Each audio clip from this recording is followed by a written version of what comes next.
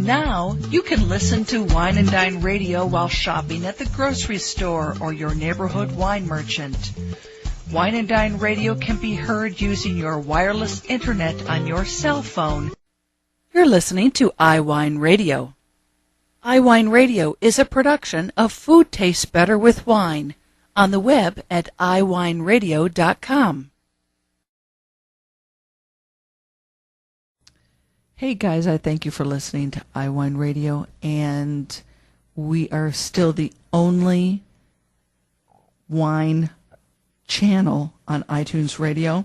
If you go look under iTunes Radio icon and scroll down to News and Talk Directory, and it's listed alphabetically, click on that and the stream comes up immediately. iWineRadio.com, where you can find links to individual guests. And if anyone's interested in advertising or becoming an underwriter or sponsor, please contact us at iWineRadio.com. We really, really appreciate your support. The more support we get, the more conversations I can have with fascinating people around the world, including you. If you have a story to tell that you'd like to share on iWine Radio, go to iWineRadio.com and contact us, and we'll go from there. Hi, my name's James Conaway. I'm the author of the novel Nose, and you can also get in touch with me if you like by way of my blog, which is cjonwine.blogspot.com. Thank you.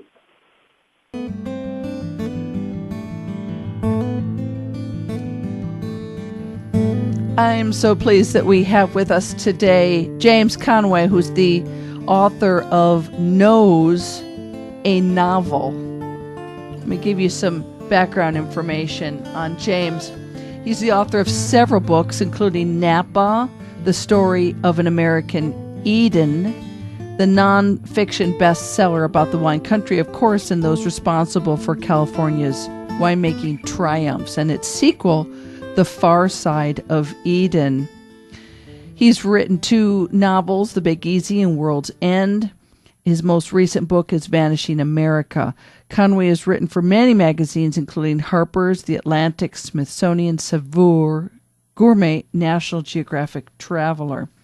But today we're talking about Nose, the sights, smells, and tastes of Northern California's wine country. As the novel opens, Clyde blind taste, and let me say Clyde Craven-Jones. I live in Craven County, and I thought that this would be especially appealing to people who live in Craven County. Clyde Craven-Jones blind tastes a sampling of Cabernets and discovers one worthy of his highest score, a 20, on the Craven-Jones wine scale, an accolade he's never before awarded, but the bottle has no origin. So, James, you obviously have a very, very good, active imagination. Well, thank you. I was once a wine critic, and I thought about this character a lot, what it would be like if you had a really super nose, one of these people who can smell anything, and what it would be like for your daily life. So that was part of the inspiration. In many ways, having a heightened sense of smell is a liability. It's a problem. Yes, that's right. It complicates one's life, and it's not as easy to live with as you might think. Not that I have one, but this character, as imagined, does, and he can only he can't stand to be around perfume, or in fact, any smells really that are too strong. And yes. His livelihood depends on it, so that's kind of an interesting aspect too. Exactly. I mean, people. Yeah, exactly. Okay, now I want to read a quote from Tracy Kidder, Pulitzer Prize-winning author, that's on the cover of Nose, a novel. Very engaging, a funny and suspenseful, and above all, for me, evocative story about a valley much like Napa and its winemaking, wine-drinking people. So let me ask you, describe wine-drinking people in your mind. Well, the ones in Napa, we all know a little bit about what Napa is.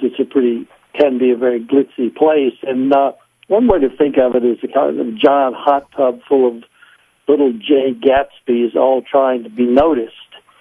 And there's a lot of money at stake, and there's a lot of reputation at stake, and consequently there's a lot of competition. Yeah. The point I try to make is that this isn't necessarily a book about wine, although of course it is. It's really about making it in America and what that says about the particular society in which one's living at the time. And this story really has all the components of most stories of making it in America. It's got it has families in it. It has people who want to do right, and it has people who are determined to do wrong and profit by it. And these all of these lines sort of intersect in this beautiful place. And the way it plays out, I think, is instructive, in the larger sense. Having said that, wine is really it's probably the only substance I know of where people will spend millions of dollars just to get high scores from somebody like Clyde Craven-Jones, this wine critic. And for a substance that really doesn't have much nutritional value, it does taste good, it makes you feel good, at least if you don't drink too much of it. So it's a unique substance, and it's a unique society that's producing it, I think.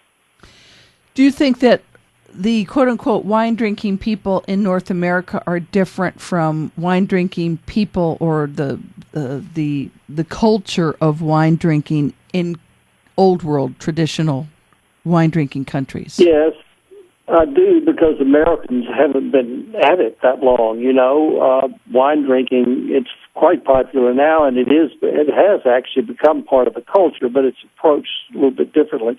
Europeans have been drinking wine for, millennia, and consequently it has worked itself into the culture, into the cuisine in ways that it hasn't in America yet, although that's changing.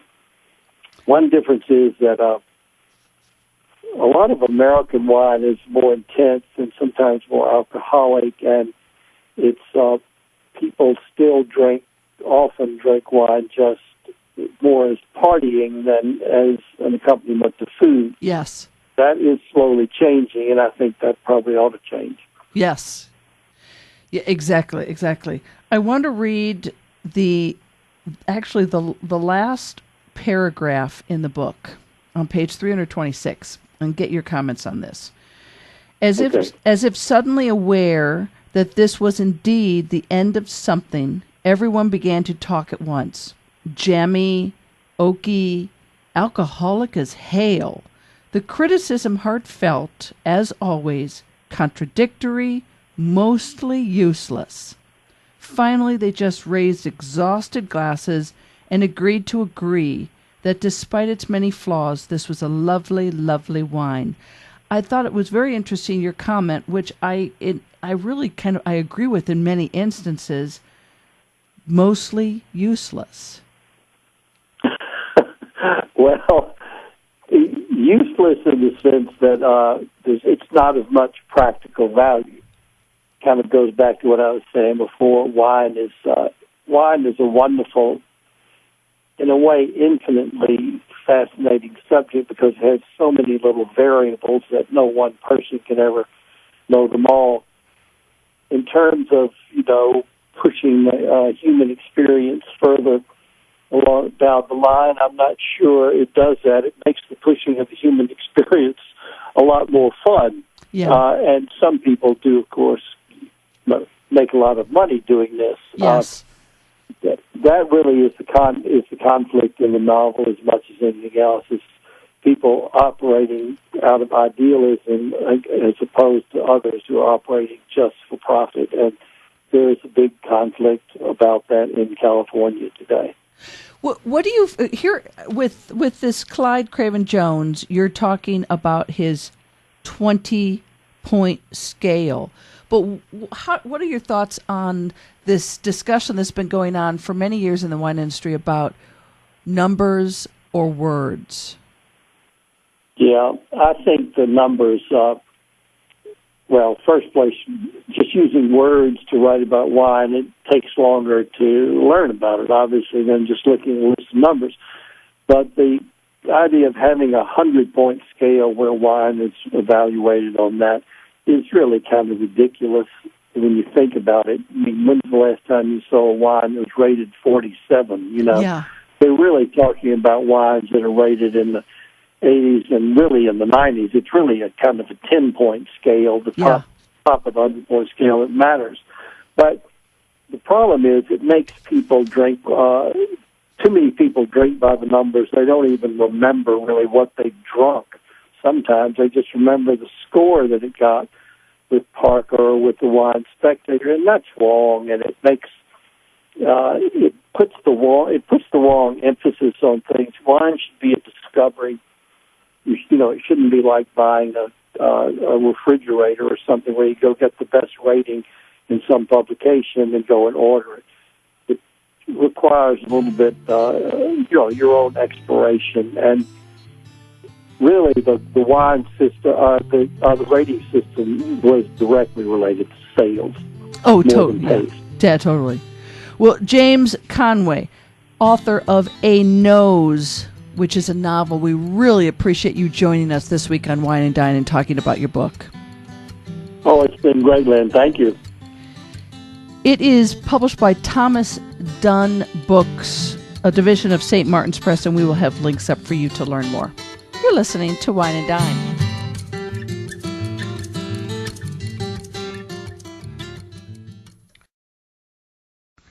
Now you can listen to Wine and Dine Radio while shopping at the grocery store or your neighborhood wine merchant. Wine and Dine Radio can be heard using your wireless internet on your cell phone. You're listening to iWineRadio. iWineRadio is a production of Food Tastes Better with Wine, on the web at iWineRadio.com. Hey guys, I thank you for listening to iWineRadio, and we are still the only wine channel on iTunes Radio. If you go look under iTunes radio icon and scroll down to News and Talk Directory, and it's listed alphabetically, click on that and the stream comes up immediately. iWineRadio.com, where you can find links to individual guests. And if anyone's interested in advertising or becoming an underwriter or sponsor, please contact us at iWineRadio.com. We really, really appreciate your support. The more support we get, the more conversations I can have with fascinating people around the world, including you. If you have a story to tell that you'd like to share on iWineRadio, go to iWineRadio.com and contact us, and we'll go from there.